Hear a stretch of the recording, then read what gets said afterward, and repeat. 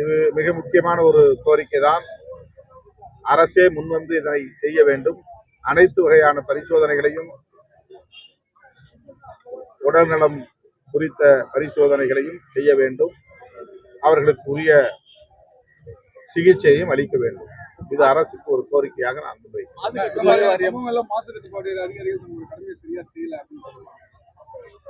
ஒட்டுமொத்தத்துல இதில் 3-4 வகையான துறையினர் சம்பந்தப்பட்டிருக்கிறார்கள். மாசு கட்டுப்பாடு வாரியம் மட்டுமல்ல, அனைத்து துறைகளை சார்ந்தவர்களும் இதில் உடனடியாக தலையிட வேண்டும். முதல்வர் தலைமையில் இது குறித்து ஆய்வு கூட்டம் ஒன்றை நடத்த வேண்டும். அமைச்சர்கள், அதிகாரிகள், இந்த நிறுவனத்தை சார்ந்தவர்கள் என்று அனைத்து தரப்பினரையும், பொதுமக்கள், பாதிக்கப்பட்ட பொதுமக்கள் அனைத்து தரப்பையும் ஒருங்கிணைத்து ஒரு கலந்தாய்வு கூட்டத்தை நடத்த வேண்டும் என்று விடுதலை சிறுத்தைகள் வலியுறுத்துகிறது. ஏற்கனவே ஆயில் கலந்து பாதிச்சிருக்காங்க, இப்ப திருப்பி அமோனியா கலந்து பாதிச்சிருக்காங்க. வாழ தகுதியற்ற இடமாக சிபிசிஎல் நிறுவனத்திலிருந்து வெளியான எண்ணெய் கழிவு கடும் பாதிப்பை இந்த பகுதியிலே ஏற்படுத்தியது. அது தொடர்பான பேச்சுவார்த்தையை அதிகாரிகள் நடத்தி கொண்டிருக்கிறார்கள். பாதிக்கப்பட்டவர்களுக்கு நிவாரணமும் வழங்கி வருவதாக தெரிகிறது.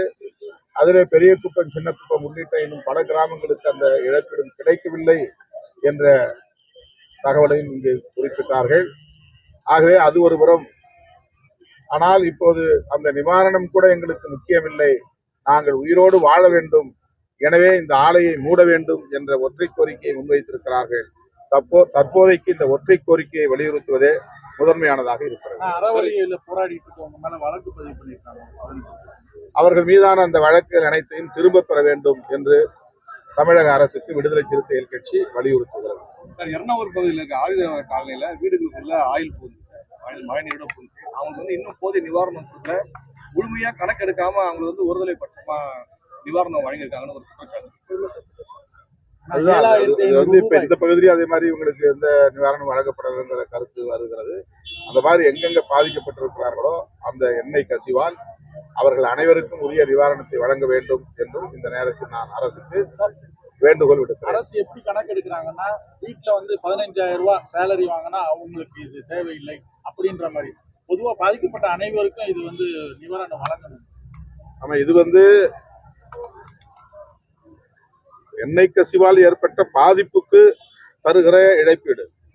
இதிலே அவர்கள் எவ்வளவு சம்பளம் வாங்குகிறார்கள், என்ன பொருளாதார பின்னணியில் இருக்கிறார்கள் என்பதெல்லாம் அளவுகோலாக பார்க்கக்கூடாது. பணக்காரர்களாக இருந்தாலும் ஏழையாக இருந்தாலும் அனைவரும் அந்த எண்ணெய் கசிவால் பாதிக்கப்பட்டிருக்கிறார்கள் என்கிற நிலையில அரசு அப்படித்தான் அதை கணக்கிலே கொள்ள வேண்டும். அந்த வருமான வரம்பு அல்லது போன்ற அளவுகோல் இல்லாமல் பாதிக்கப்பட்ட அனைவருக்கும் இழப்பீடு வழங்க வேண்டும். பாதகம் செய்பவரை கண்டால் நாம் பயங்கொள்ளலாகாது பாப்பா, மோதி மிதித்து விடு பாப்பா, அவர் முகத்தில் உமிழ்ந்து விடு பாப்பா.